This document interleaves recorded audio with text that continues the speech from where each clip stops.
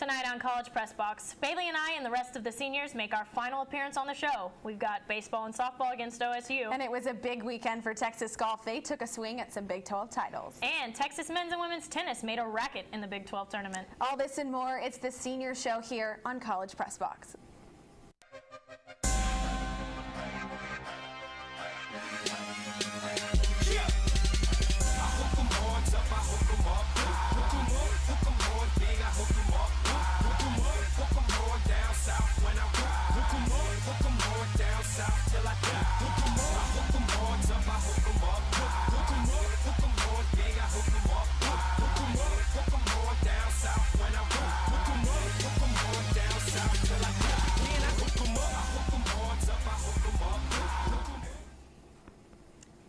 Welcome to the final episode of College Press Box for this semester. I'm Jordan Cannon, and here with me tonight is my fellow senior, Bailey Zarapavar. Now, Bailey, before we get into anything, let's make a pact that we will not cry until the end of the show. I can't make you any promises on that, but I will do my best. But we have a lot to get to tonight, so let's just get right into it.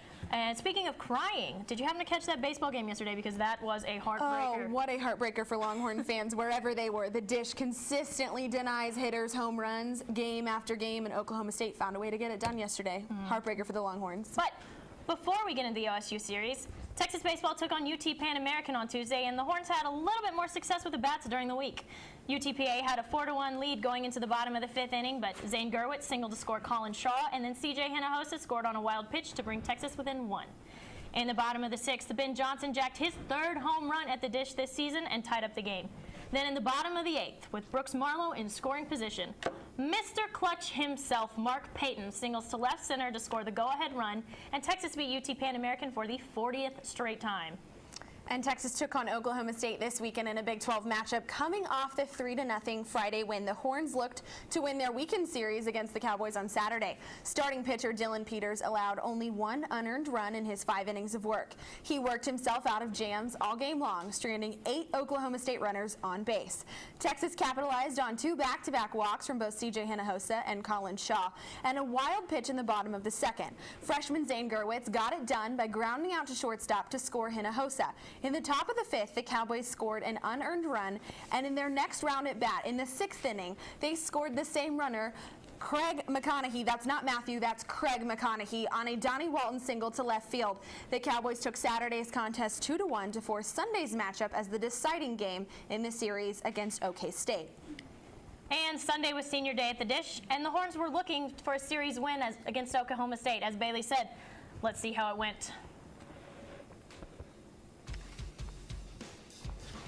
In the top of the fourth, OSU is already up 2-1, and Fish jacks a home run over Ben Johnson. What's he going to do but look at the wall in sadness? There have been 4 home runs in the dish all this season, and then today, 3 home runs. 3 home runs, and only one of those came off of a Texas bat. So OSU has a 4-1 lead at this point in the game, and a few batters later with a runner on second. All right. Craig McConaughey singles into center field to score Arakawa, and OSU, takes a 5-1 lead. After another run scored, Nathan Thornhill's got to come out of the game because he went 3.1 innings with 7 runs and 7 hits.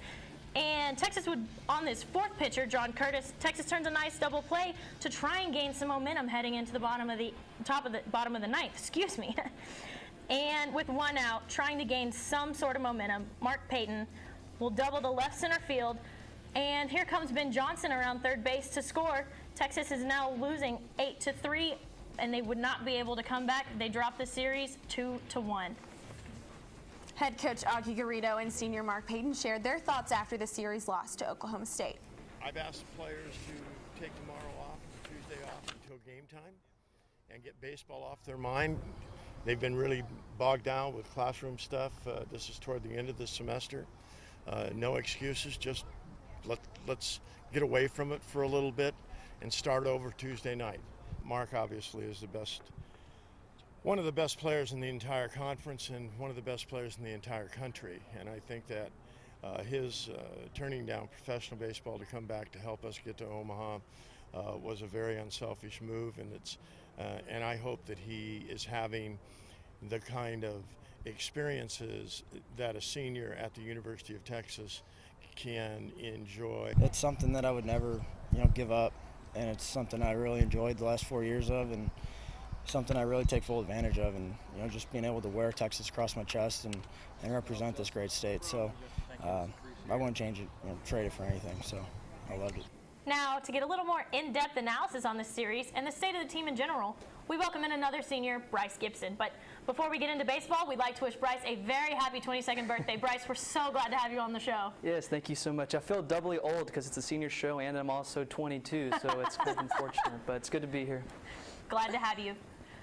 Let's get right into it. In these past 2 Big 12 series, Texas has had some struggling offense. Can you give us some insight as to what is going on? Yeah, I think one of the players that doesn't really get a whole lot of attention is Madison Carter. Ever since he got hurt and went down for the Longhorns, this offense has not been the same. They've had to throw Jacob Feltz, the former catcher, now designated hitter, into the lineup, and he's hitting 9th. That's never a good thing when your designated hitter is hitting 9th. That just shows how much of a lack of depth this lineup has. But also, you got to look at Mark Payton. This was their best hitter. He still is their best hitter, but he struggled ever since his walk-off hit against Baylor, which was one of the greatest moments we've seen in Texas baseball for the past few years. Since then, his average has dipped 45 points. People are jamming him inside. He's not dealing with that inside pitch as much, and still has his on-base streak going because he's walking a lot. Pitchers are staying away from him, or they're getting with the inside pitch. And just with TCU and Oklahoma State, there's just been not a whole lot of executing. Can't get bunts down, can't get the big hit when they need it. And luckily they have their next 2 Big 12 opponents are a little weaker. I think they bounce back in the coming weekends. Bryce, let's talk about someone that hasn't been a struggle for the Texas team recently, but all of a sudden on Sunday, Nathan Thornhill seemed to just fall apart. He's been consistent all year, and he seemed to have his worst performance on Sunday, this past Sunday against OSU. Can we talk about what happened to Nathan Thornhill? Well, I think that's just kind of baseball being baseball. We don't want to look at this one start to say, oh, no, Nathan Thornhill is doomed. He's still having a season for the books. Before that start, in his 5 Big 12 starts, he'd only given up 4 earned runs. 2 of those were shutouts. Then he gives up 7 in just 1 start. And, it's just games are going to happen like this. Pitchers aren't going to have their best stuff. It was a hot day going up against probably the best team in the Big 12. You can't look at it as, oh, no, Nathan Thornhill's lost it. He's going to be fine. Along with the rest of this pitching staff, he'll bounce back with these next 2 opponents, and he'll be okay for sure. All right, Bryce. So looking into the rest of the season, they have a couple of those Tuesday games, and then they have 2 more conference series. Tell us what you see.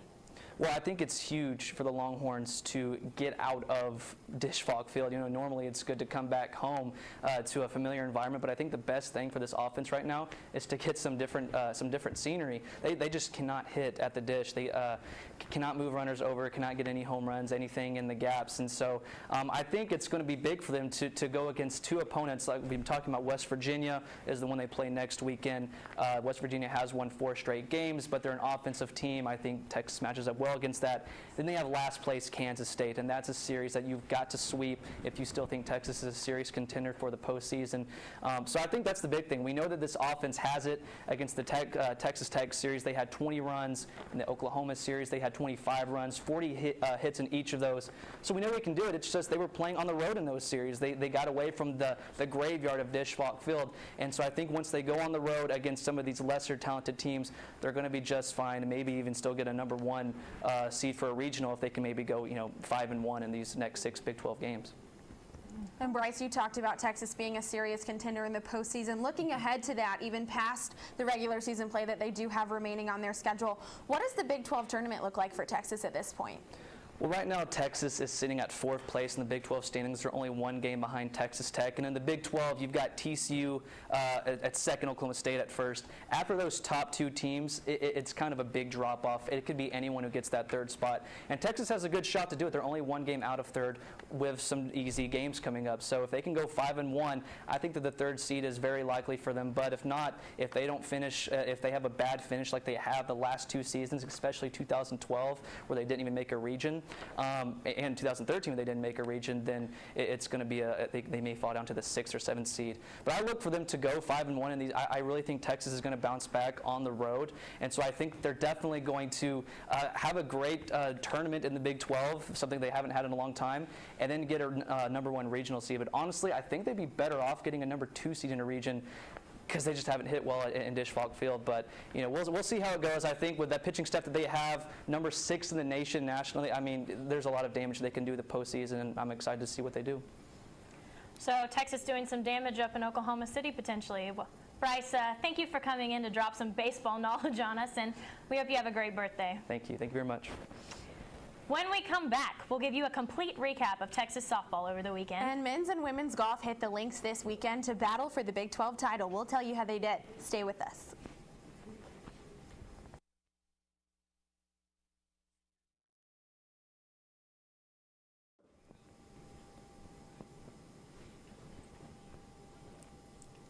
Welcome back to College Press Box. We've got all your softball coverage from this weekend. Texas softball also took on Oklahoma State this weekend across the street from the Dish at Red and Charlene McCombs Field. And Friday's game ended unexpectedly. Texas had 2 outs and a runner on second in the bottom of the second when Devin Tunning singled up the middle to score Mackenzie Kerpeck and give Texas a 1-0 lead. Stephanie Steele and Bridget Washington reached on their next at-bats, and suddenly the bases were loaded for the Big 12 RBI leader, Lindsey Stevens. She singled to right field to bring in a pair of runs and extend the Longhorn lead to 3-0. Texas was cruising until the top of the 7th. The Horns were 1 out away from the win, but OSU did have bases loaded, and Tara Edinger knocked a single through the left side that cleared the bases. Although 1 run was given to OSU because Tunning was called for an obstruction on the relay, OSU still had a 4-1 lead. The next OSU batter sent 1 through the middle and scored Edinger, and OSU took the game 5-3. On Saturday, Texas was looking to reset, and oh boy, they did. The game was quiet until the 3rd inning when Lindsey Stevens blasted a grand slam, her 2nd of the season, to give Texas a 4-0 lead. In the 4th inning, Texas scored 7 runs. 7 runs. Thanks to hits from 4 different Longhorns, as well as 3 wild pitches and 4 walks by the 2 OSU pitchers in that inning. Texas run-ruled the Cowgirls in 5 innings with a final score of 12-1. And if that wasn't enough, there was another big day for Texas softball. Sunday's winner would take the series, and if Texas could close out against Oklahoma State that day, they had a chance to stay tied with Baylor in 2nd place in the Big 12. Senior Bridget Washington made sure we had something to talk about with you on Monday. On Sunday, Bridget Washington there at bat. She lays down a bunt, doing what she does best. She's safe. That makes her the all-time leading hitter for UT with 246 hits. She joins good company, Lexi Bennett, Taylor Hoagland, and Lindsey Gardner in the next 3 spots in the record books. In the bottom of the 2nd inning, Mandy Ogle doubles down the 3rd baseline and scores Devin Tunning. Connie Clark is signaling her to come home. Texas leads 1-0. Mandy Ogle, the senior, sitting pretty on 2nd base. Still in the bottom of the 2nd, Kelly Hansel is on 3rd with Gabby Smith at bat. She singles towards 2nd base, and Hansel comes home to score. Texas goes up 2-0. In the bottom of the 2nd, Bridget Washington, the senior, singles to bring home the other senior, Mandy Ogle. That gives Texas a 3-0 lead after 3 innings, and the fans at McCombs are loving it. Top of the 3rd, 2 outs, Taylor Thumb, the other senior, shortstop, snags a line drive to end the inning, and Texas leads 3-0. Bottom of the 3rd, Tierra Davis hits this one, and OSU players have got to learn how to call a ball. That's an SC, not top 10 in our eyes. Texas takes this one 3-0, and our very own Jordan Cannon was at this game. Jordan, give me a little bit more insight into this matchup between the 2 teams. Well, we just talked to Coach Clark and some of the players about their ability to reset after that loss on Friday night and how they were able to come out with some success. After a disappointing 7th inning loss to Oklahoma State on Friday, the Longhorns bounced back and won the next 2 games to take the series. Head coach Connie Clark is extremely proud of her team's ability to battle back, especially with some key players missing from the lineup. That's what I'm most proud of, how we reset. I mean, again, disappointing on Friday, but the game is a game. I don't think we beat ourselves, but it's how we reset and came out and got focused on winning the series, and that's the important thing, especially when you're getting to this time of season, to learn how to do that. And I think we all 1 through 19, we had some injuries, and I think 1 through 19 just really pushed through this game and won, so it was nice. We don't even call our bench players, bench players or non-starters. We actually call them difference makers, and because you know what, there's going to be a time when we have to tap into a difference maker or 2 or 3 or whatever it might be, and that played out well for us this weekend. And not only did Texas notch a series win against Oklahoma State, Bridget Washington broke the all-time hitting record for the University of Texas. Yeah, that's exciting for her to break that record. I think she's done a really nice job over the last couple of weeks. I told her of just processing and continuing to not get too anxious up there. I mean, I'm really honored to be able to do that and come out and get that. I've worked so hard this year, and I know the coaches has been on me a lot about, getting that leadoff spot and being consistent. And for me to be able to do that and come out with, getting a record out of it is, I couldn't ask for more. With the Women's College World Series a few weeks away, the Horns are focusing on taking it game by game and finishing the season strong. Jordan Cannon, College Press Box. And now we welcome in another senior who also happens to be the news director for TSTV's news department. John, thanks for joining us. Thanks for having me. Appreciate you guys not crying yet. So you guys are doing good. We're doing the best that we can, John. Proud of you. Valiant effort here. You brought me early. First off, let's just talk about that Texas offense, and especially the top three in the batting order. Those girls are just on fire. It's just, you can watch the past couple games. Bridget, Washington, Taylor Thom, they're hitting close to 500 these past 10 games. It's not even fair to pitch to them. You're talking about people crying. They're making other pitchers cry. You can't pitch to them. And watch for Devin Tunning, that freshman. She was batting 8th earlier in the year. Now she's batting 4th. Earlier in the year, this girl could not hit water if she jumped out of a boat. But Devin Tunning is on fire. She is a real deal. That's why she's at Texas. She can hit. Watch out for her at number 4. And John, looking forward as these girls are doing very well on offense, the Big 12 outlook for the rest of the season, they've got 2 series left. What's that look like for Texas? Well, they got Kansas. They're going to play Baylor coming up. Baylor's playing Kansas, so we'll kind of see what's going to happen there. Big outlook, you got to watch for pitching. We're throwing Tiara Davis a lot. Gabby Smith needs to come in and do her job. She did a good job on Sunday, only threw a 2-3 hitter, but she had 6 or 7 walks. That is not acceptable. They're getting in jams every inning. That's not okay for the defense. It just stresses people out for no reason. So I want to watch out for the pitching. They need to step it up big time. And we are not the only seniors leaving the 40 acres. Texas softball is about to lose 3 of their key players. Can you talk a little bit about how the loss of these seniors is going to affect the team coming into the next few years? And I promised I wouldn't cry on College Press Box, but I'm about to cry reading the names of the people graduating on this softball team. Taylor Thom, Mandy Ogle, Bridget Washington. My goodness. Bridget Washington, obviously all-time hits leader. Taylor Thom is a superstar in her own job, and Mandy Ogle's been a 4-year starter behind the plate. So obviously Texas is losing a lot in the seniors, but they do have strong freshmen and sophomores that I think will help carry the team towards success in the next couple years. Like I was saying earlier, Devin Tunning is a real deal. Stephanie Seo at second and Stephanie Wong in left field are young, but they are talented. Lindsey Stevens as well. So while they are losing people, they have sophomores and juniors, sophomores, freshmen playing now that will make a difference next year. Well, John Scott, everybody, thank you so much for coming in, John. Anytime. And John, we said we wouldn't cry. Coming up next, there's no crying in golf. Jordan Spieth has had success in his rookie season on the PGA Tour. Could his former teammates on the 40 acres win a 2nd straight Big 12 title? And could the women's team, golf team, win their first ever? And golf wasn't the only sport competing in a Big 12 tournament this weekend. Keep it here to find out what happened.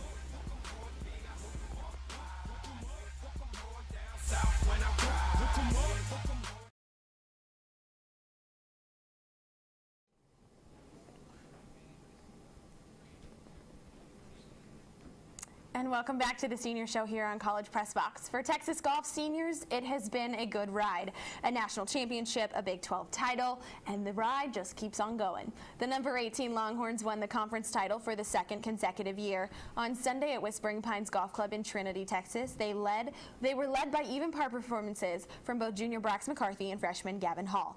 It is the team's 5th overall Big 12 championship win, and they joined 5 other programs here on the 40 acres in the 2013-2014 seasons as Big 12 champs. Freshman standout Bo Hostler tied for 3rd place overall. Senior Tony Hocula finished tied for 5th, and juniors McCarthy and Kramer Hickok tied for 9th place. Texas returns to action in the NCAA Regional Championship May 15th through the 17th, and the location will be announced Monday, May 5th on the Golf Channel. Texas will honor their Big 12 champs for golf tomorrow night as they light the tower orange. And Texas sophomore Natalie Karcher shot 3 rounds below par in this weekend's Big 12 tournament to take 2nd place individually and help the Horns take a 2nd place finish overall. Karcher's 211.5 under performance earned her spot on the Big 12 all-tournament team. Other notable Longhorns include Bertine Strauss and Julia Beck, who carded a 7 over 223 to tie for 15th place. Oklahoma was the ultimate tournament champion, posting a 3 under 861 for the team. Texas now looks to the NCAA Regional, which starts May 8th. And after Sunday's round, Pressbox had a chance to speak with head coach Martha Richards on her expectations for the rest of the season.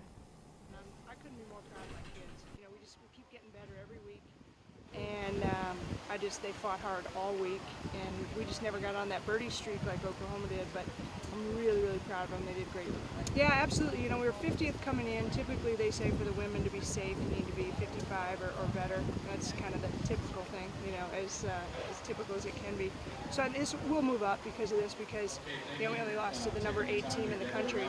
So we'll move up, and then we'll find out tomorrow night on the Golf Channel, 5 o'clock Central Time. I'm doing a nice advertisement for them. 5 o'clock Central on the Golf Channel. Join us. That's when the announcement will be. So it's going to be neat, and we'll take any of the regionals. We're happy. I'm just so proud of the kids. You know, we've been working hard all year with such a young group to develop our identity and really become highly competitive, which I knew we were. I knew we were a lot better than we showed in the fall. So this means a lot to me, because it means I knew that we could get them going. I knew Kate and I had a good plan, and the fact that the kids believed and they bought in and they trusted me, it's been fun to watch. It really means a lot.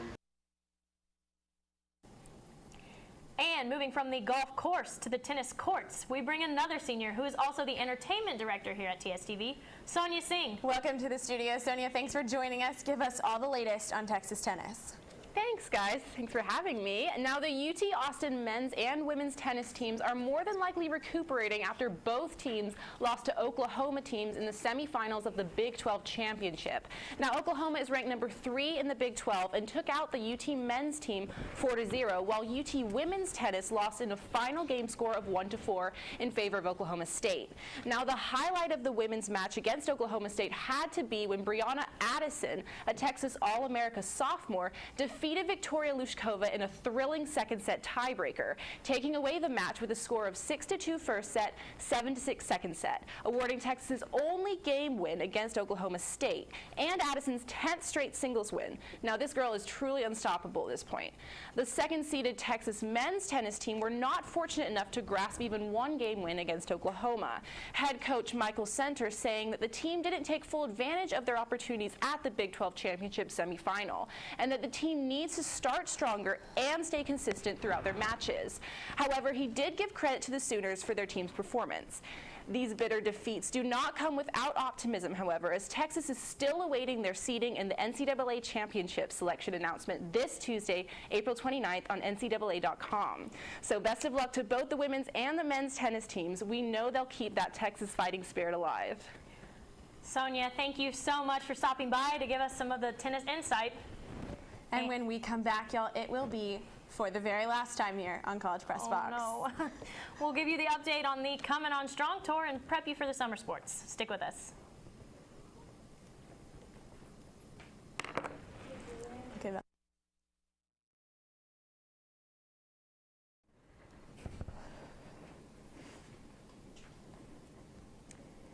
Thanks for sticking with us here on College Press Box.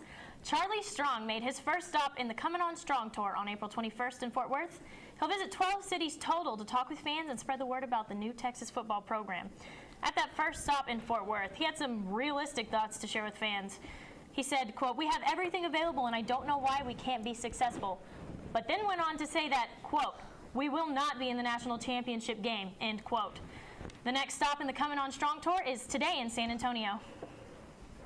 And like we do every week, even with the semester winding down, some Longhorn sports are still going strong. You know, like head coach Charlie Strong. Let's take a look ahead this week in Longhorn sports.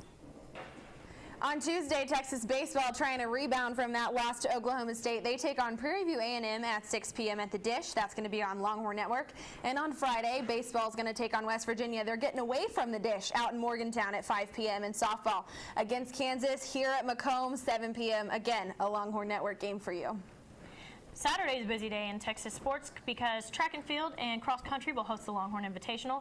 Baseball will be up in Morgantown for their second game of the series, and softball will be here for their second game of the series against Kansas. Rowing will be at the Big 12 Championships, and on Sunday, baseball and softball will both wrap up their respective series.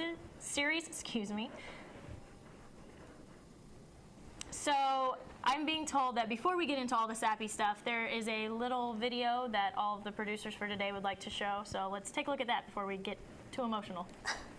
This year, it seems many Longhorn teams are relying on younger players to make an impact. In a tough season opener tonight against the number 5 ranked Stanford team. White boy swag, so we think we have some cred. I'm Bailey Zarpavar, and later I'll show you why kids are choosing soccer over other things. No, that's dumb. Texans women's basketball team opened their season against Stanford Friday night. Let's take it out to Frank Irwin for the highlights. Bailey's answers better with the white boy swag. That was the epitome of John Scott. The Texas men's golf team won the national championship almost a year ago. I'm Bailey Zarp. There is hair in my mouth. I can't speak like that.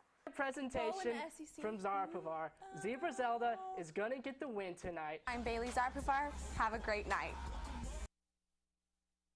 And the best defense was the offense. It would appear that the Longhorns have found their starting quarterback in David Ash, but the coaches say that there are still mistakes that need to be fixed in the quarterback position. And the Texas defense silenced its critics as well. One particular area where they showed improvement was in red zone defense. They saved 12 points by holding Tech to field goals instead of touchdowns. Coming up on College Press Box. Big 12 football is on the rise as conference play looms large for the Longhorns. And two other teams kicked off the Red River rivalry of the...